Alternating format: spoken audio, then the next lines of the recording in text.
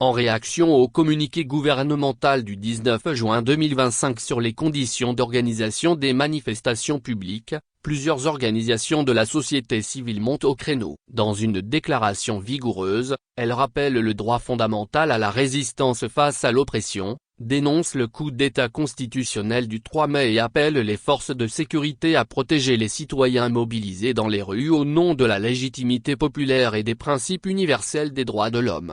Mouvements et associations Alcad, Asvito, GAGL, GCD, Globe, FDP, LTDH, MCM, MJS, c'est communiqué mis au point des OSC en réponse au communiqué du gouvernement du 19 juin 2025 portant rappel des règles, conditions et modalités applicables en matière d'organisation des réunions et manifestations pacifiques publiques et appelle aux forces de sécurité à protéger les manifestants.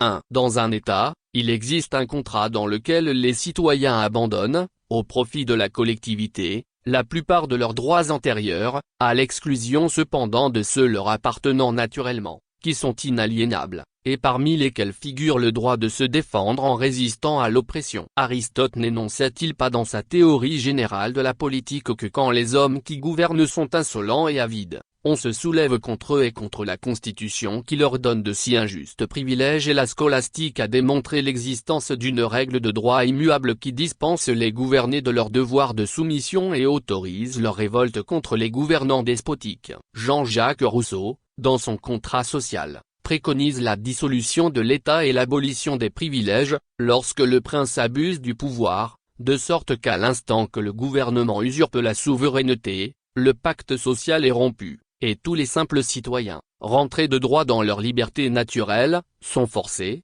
mais non pas obligés d'obéir. 2. La Déclaration universelle des droits de l'homme énonce au paragraphe 3 de son préambule qu'il est essentiel que les droits de l'homme soient protégés par un régime de droit pour que l'homme ne soit pas contraint, en suprême recours, à la révolte contre la tyrannie et l'oppression. L'article 150 de la Constitution togolaise du 14 octobre 1992 dispose que, en cas de coup d'État, ou de coup de force quelconque, pour tout Togolais, désobéir et s'organiser pour faire échec à l'autorité illégitime constitue le plus sacré des droits et le plus impératif des devoirs. L'article 45 de cette même Constitution énonce que tout citoyen a le devoir de combattre toute personne ou groupe de personnes qui change ou tenterait de changer par la force l'ordre démocratique établi par la présente Constitution. 3. Ces dispositions de la loi fondamentale du Togo sont les pendantes, l'article 2 de la Déclaration des droits de l'homme et du citoyen du 26 août 1789 en France, selon lequel le but de toute association politique est la conservation des droits naturels et imprescriptibles de l'homme. Ces droits sont la liberté, la propriété, la sûreté, et la résistance à l'oppression. L'article 20 de la loi fondamentale pour la République fédérale d'Allemagne portant sur les fondements de l'ordre étatique quant à lui, est plus explicite. 1. La République fédérale d'Allemagne est un État fédéral démocratique et social. 2. Tout pouvoir d'État émane du peuple. Le peuple l'exerce au moyen d'élections et de votations et par des organes spéciaux investis des pouvoirs législatifs, exécutifs et judiciaires. 3. Le pouvoir législatif est lié par l'ordre constitutionnel, les pouvoirs exécutifs et judiciaires sont liés par la loi et le droit. 4. Tous les Allemands ont le droit de résister à quiconque entreprendrait de renverser cet ordre, s'il n'y a pas d'autre remède possible.